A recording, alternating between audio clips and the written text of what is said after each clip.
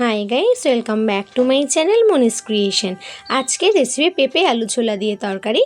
তার জন্য দেখো আমাদের গাছে কত পেঁপে হয়েছে, তাই আমি একটা গাছ থেকে পেঁপে পেড়ে নিলাম। পেঁপেটাকে ছাড়িয়ে ভালো করে ধুয়ে আমি ছোটো ছোটো টুকরো করে নিয়েছি, একটু বড় বড় সাইজেরই রেখেছি।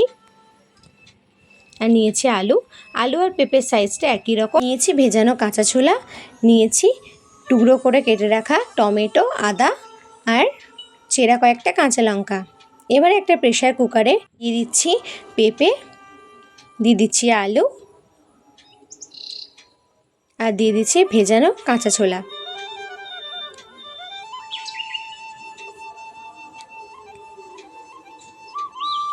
দিয়ে দিচ্ছি সামান্য জল, দিচ্ছি 1 চামচ নুন, 1/2 চামচ হলুদ গুঁড়ো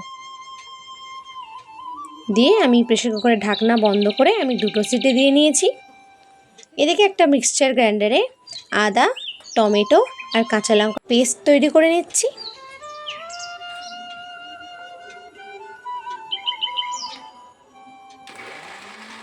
এদিকে গ্যাস জ্বালিয়ে কড়া বসিয়ে দিয়ে দিচ্ছি 2 টেবিল চামচ মতো সর্ষের তেল। তেল গরম হয়ে গেলে ফোড়নের জন্য দিচ্ছি একটা শুকনো লঙ্কা, 2টো তেজপাতা,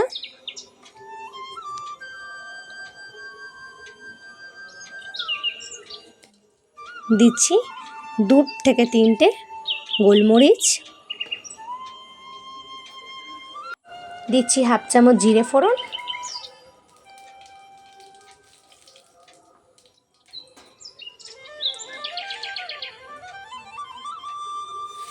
এবার দিয়ে দিচ্ছি যে মশলাটা আমি পেস্ট তৈরি করে রেখেছিলাম, মানে আদা, টমেটো, কাঁচা লঙ্কা।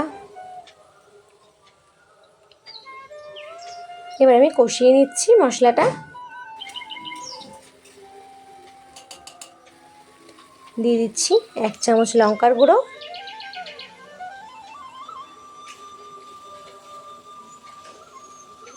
দিচ্ছি 1/2 চামচ হলুদ গুঁড়ো, 1 চামচ জিরের গুঁড়ো,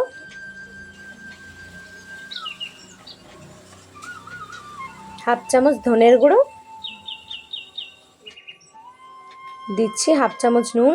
যেহেতু আমি সিদ্ধ করার সময় নুন ব্যবহার করেছিলাম, তাই অল্প করেই নুন দিলাম। দিয়ে ভালো করে কষিয়ে নিচ্ছি। দিয়ে দিচ্ছি সামান্য জল।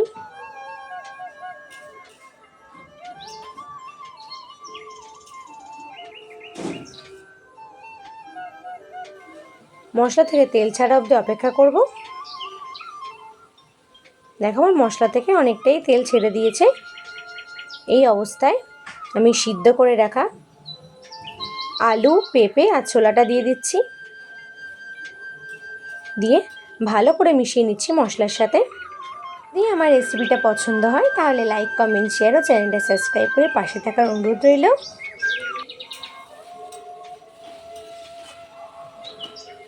5 মিনিটের জন্য ঢাকা চাপা দিয়ে দিলাম। 5 মিনিট পর ঢাকা খুলে এখন ভালোভাবে কষা হয়ে গেছে। এই অবস্থায় দিয়ে দিচ্ছি কিছুটা জল। আমি এখানে ছোটো বাটির 1 বাটি জল ইউজ করছি।